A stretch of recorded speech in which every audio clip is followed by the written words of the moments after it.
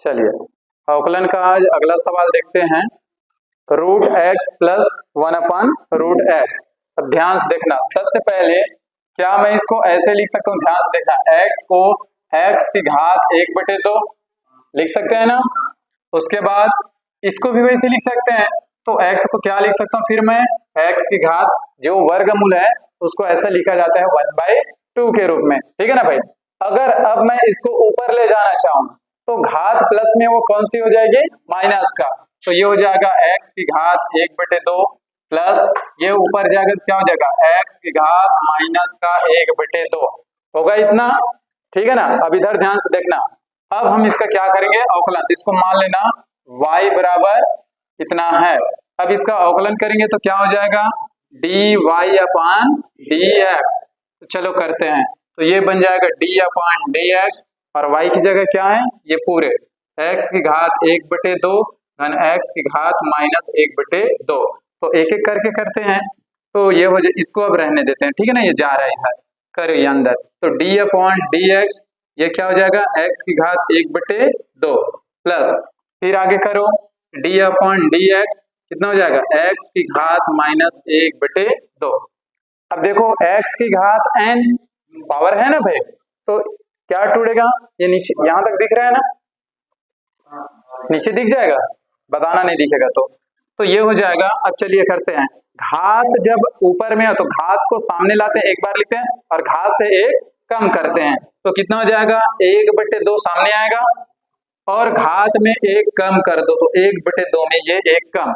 उसी प्रकार आगे बढ़ो, फिर घात को सामने लाओ तो ये हो जाएगा माइनस का 1/2 और x में क्या करेंगे?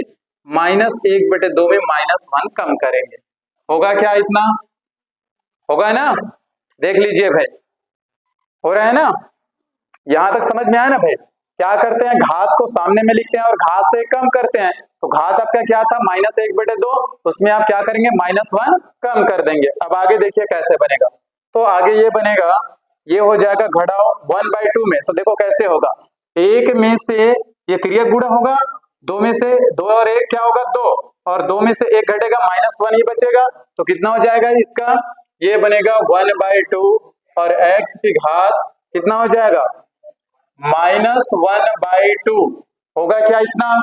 होगा ना भाई। देखो क्या हो जाएगा, 2 का इसके साथ गुणा करूंगा, 2 एकम 2, तो 2 बड़ा हो गया ना, 2 में से 1 जाएगा -1, तो -1/2। आगे बढ़ो इधर, तो ये क्या हो जाएगा?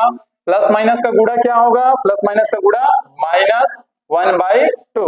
अब इधर ध्यान से देखना, ये है x, अब इसे हल करो, ये इसके साथ गुणा होगा तो क्या -2 बनेगा? क्या बनेगा ना, -2 और -1 कितना हो जाएगा? -3/2। यहां तक हो गया, समझ में आया ना। अब ध्यान से देखना आगे कैसे होगा। अगर मैं इस x की घात को नीचे ले जाऊंगा तो क्या प्लस में बनेगा? क्या, तो ये हो जाएगा 1 ऊपर का और ये नीचे का 2 और ये इधर आएगा, तो x की घात 1/2 बनेगा माइनस। ध्यान से देखना भाई, फिर क्या हो जाएगा? 1/2 रहने देते हैं। मैं इस x की घात को फिर नीचे लाना चाहता हूं, तो ऊपर में घात माइनस है तो नीचे आएगा तो क्या हो जाएगा? प्लस में हो जाएगा 3/2। यहां तक क्लियर है? ध्यान से देखते जाना, आगे क्या होगा इसको मैं अभी कुछ नहीं कर रहा हूं, इसको देखो ध्यान से, इसको ऐसे कर देता हूं, या एक बार अभी लिखे रहने दो, इसको भी इसी रूप में ला रहा हूं। ध्यान से देखना इधर क्या बनेगा, ये 2, इस x को मैं ऐसे तोड़ रहा हूं, x और x की घात 1/2, क्या ऐसे लिख सकता हूं मैं? क्यों ऐसे हुआ बताऊं? देखो मैंने इसको तोड़ दिया ऐसे, आधार समान है, एक बार लिखते हैं, गुणा की कंडीशन है, दोनों के बीच में गुणा का संबंध है, तो गुणा की कंडीशन में घातें आपस में क्या होती है? जुड़ती है। तो इधर घात क्या है? 1, तो 1 + 1/2, तो कितना हो जाएगा? 2 एकम 2, 2 और 1 3, 3/2, तो पूरे की जगह क्या है? x की घात 3/2, तो यानी कि यहाँ पर x की घात 3/2। समझ में आ गया ना, लिख सकते हैं ना इतना। आगे देखो तो फिर अब इसको क्या होगा, जब ऐसा था वर्गमूल x, तो उसको मैं x की घात 1/2 लिखा था, तो अब इस x की घात 1/2 को फिर मैं वापस कैसे लिख सकता हूँ? वर्गमूल x लिख सकते हैं ना, तो ये हो जाएगा 1/2 और ये हो जाएगा वर्गमूल x या रूट x, माइनस यहाँ पर भी क्या होगा? 1/, देखो ये 2 और ये x, ये हो गया, इसको मैं क्या लिख सकता हूँ? रूट x होगा। हो गया ना भाई। अब यहाँ से क्या होगा, कॉमन निकलेगा, इधर भी 2 रूट एक्स, इधर भी 2 रूट एक्स निकल जाएगा बाहर, कर दो बाहर तो फिर तो क्या हो जाएगा 1 और ये 2 रूट एक्स निकल गया बाहर, तो इधर क्या बचा ओनली 1 है ना भाई, माइनस ऊपर का 1 और नीचे क्या बचा है एक्स। इसे अब हल कर लीजिए तो क्या हो जाएगा 1/2 रूट एक्स, एक्स किसके साथ गुणा होगा एक्स माइनस का 1 और नीचे का एक्स, बस एक साथ लिख लो इसको, आंसर आने वाला लास्ट लाइन। तो ये ऊपर का इसके साथ गुणा होगा तो x माइनस 1, नीचे इसका गुणा करो इसके साथ तो 2x और अंडर रूट एक्स, ये आपका आंसर है। ये वाला नहीं दिख रहा है, यहां तक दिखा? तो उसके बाद क्या हो जाएगा इसका आंसर, इसको देखो गुणा बस तो करना है, x माइनस 1 का गुणा 1 के साथ तो क्या हो जाएगा x माइनस 1, x का गुणा इसके साथ तो 2x और अंडर रूट x, ये आपका अवकलन हो गया जो प्रश्न दिया गया था। अब बताइए समझ में आया कि नहीं आया भाई, समझ में आ गया ना? एक बार और बताऊं, चलो देखना ध्यान से, ये आपका प्रश्न था, क्या इस वर्गमूल x को मैं x की घात 1/2 लिख सकता हूं? लिख सकता हूं ना, तो इसको भी तो लिख सकता हूं। तो इसको हमने क्या माना कि माना y बराबर x की घात 1/2 धन 1/x की घात 1/2। अब मैं इस x की घात जो नीचे में था उसको पलट के कहां ले गया ऊपर, तो पलटेंगे तो संख्या तो वही रहती है, ठीक है ना भाई, लेकिन जो घात का चिन्ह रहता है यहाँ प्लस है, ऊपर जाने पर माइनस हो जाएगा, ठीक है। अब इसका क्या करेंगे अवकलन x के सापेक्ष, तो d/dx, और इसको मैंने एक बार पूरा लिख दिया, तो इसका अवकलन फिर इसका अवकलन। तो देखो ये एक फार्मूला में फिट हो रहा है x की घात n, तो क्या होता है x की घात n को मतलब घात को सामने में लिखते हैं और उसमें घात में से एक कम करते हैं, तो मैंने घात को सामने में लिखा 1/2 x का x और घात में एक कम कर दिया, ठीक है ना। ठीक उसी प्रकार यहाँ भी करेंगे, तो माइनस की वजह से ब्रैकेट में लिखना है, प्लस माइनस कभी भी दो साइन एक साथ नहीं लिखते हैं, तो माइनस का 1/2 सामने आया, फिर ये x और घात में एक कम करेंगे, तो ये घात का -1/2 और ये -1, ठीक है। अब इसको हल करेंगे तो 1/2 x अपने जगह है, और 1/2 में अगर आप -1 कम करेंगे तो एक बड़ा है या आधा, एक बड़ा है तो एक में आधा घटेगा तो आधा ही बचेगा, तो आंसर बड़े वाले संख्या का जो चिन्ह लगेगा वो लगेगा, तो -1/2। इस धारा प्लस और माइनस का गुणा क्या होता है -1/2 हो गया x -1/2, तो ये 2 का इसके साथ तिर्यक गुणा होगा, तो 2 क्या हो जाएगा 2 × 2 -2 होगा, -2 और -1 -3 होगा और नीचे का 2। अब क्या किया, ये जो घात थी x की ऋणात्मक घात उसको मैं नीचे ले आया, तो माइनस है तो घात नीचे आ गया तो प्लस हो जाएगा, बाकी संख्या में कोई परिवर्तन नहीं होगा, ठीक है ना भाई। उसी प्रकार यहाँ पर भी किए, ये जस का तस है, माइनस का माइनस 1/2 का 1/2, x की घात जो -3/2 था उसको नीचे लाएंगे तो घात किसमें हो जाएगा प्लस में।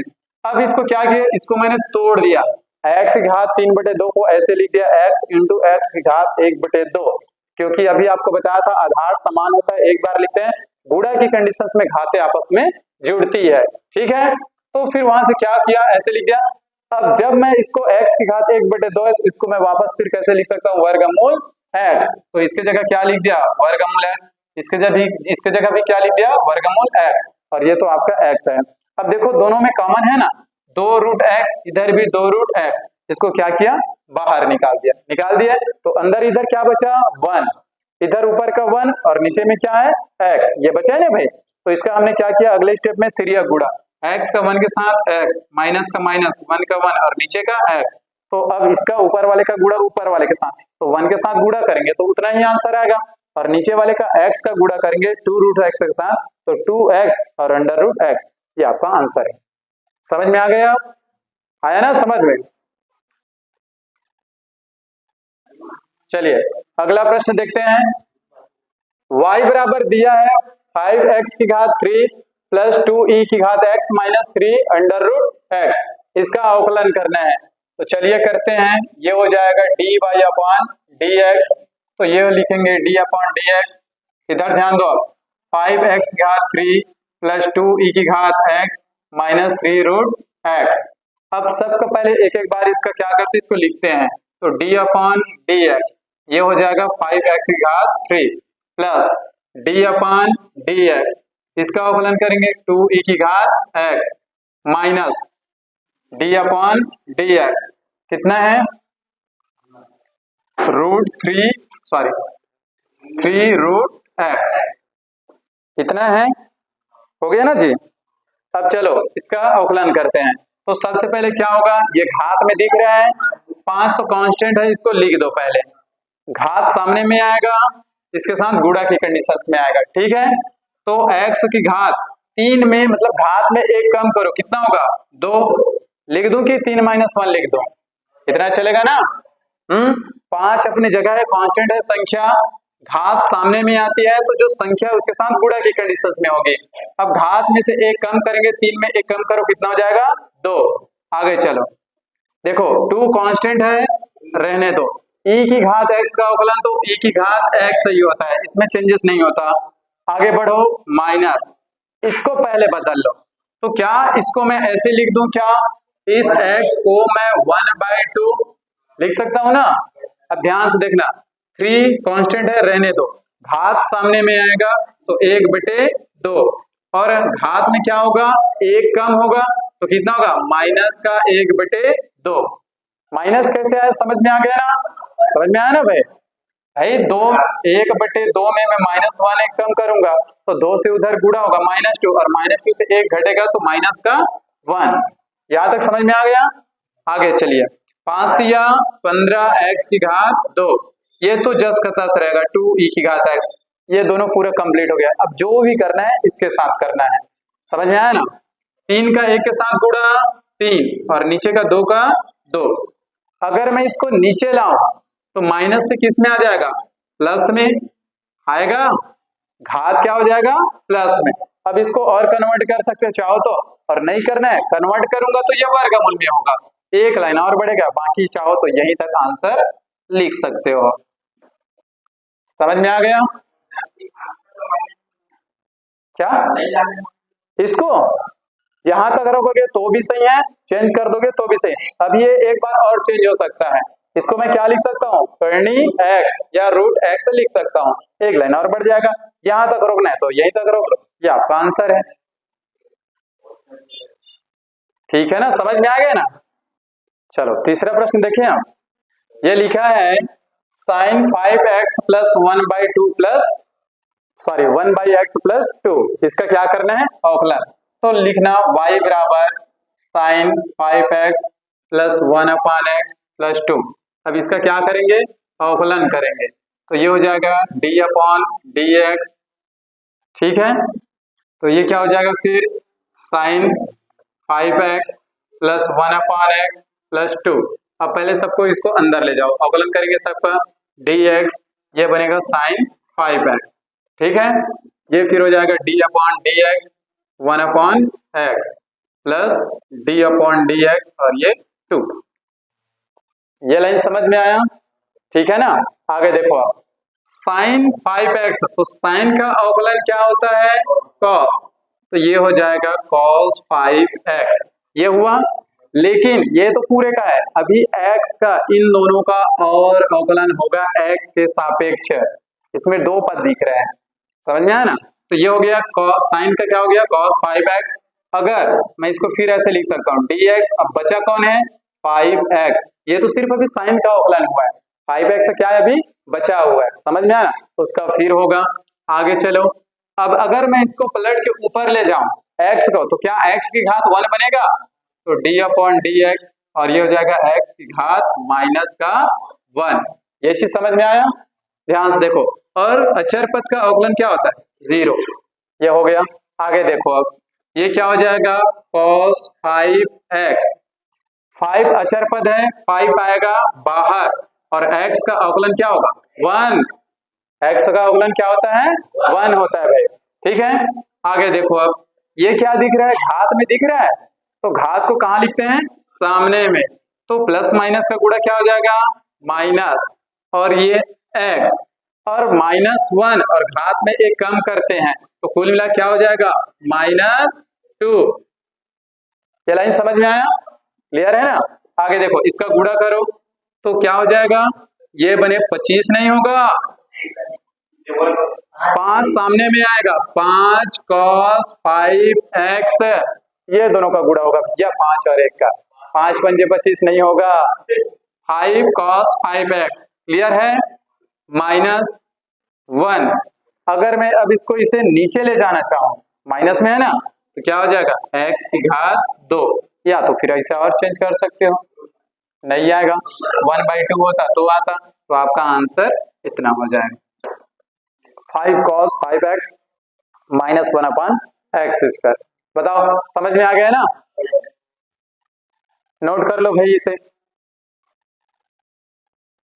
अगला प्रश्न, cos x बटे में 1 प्लस साइन एक्स, तो y बराबर क्या मान लेना है इसी को, y बराबर cos x बटे में 1 प्लस साइन एक्स।